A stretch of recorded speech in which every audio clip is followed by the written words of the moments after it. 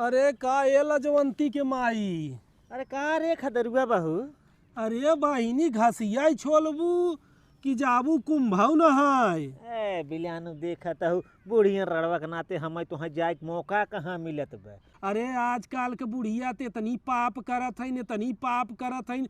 हे बहिनी आज सवेर माई उठी ना बिस्तरा पर से तबई हमें 4 गारी सुनाई दीन। आई बहिनी पापन हाउ और का वह जात धोवई का जात हईन वो सब। हाँ मार हे बहिनी हम देखत है आज 3 दिना से हमार बुढ़िया न का हो जुगंती की माई का हो फलानी की माई चलबू नहाय आगा मारत हईन। गाड़ी करत हईन बहिनी 4 चक्कावा।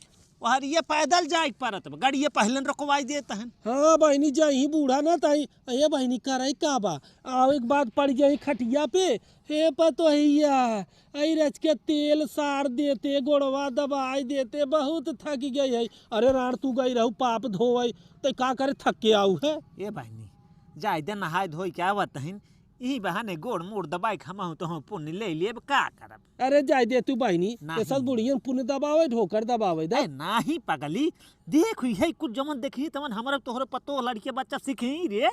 जाय दे तू बहिनी चल हम जात है जानू जाबू।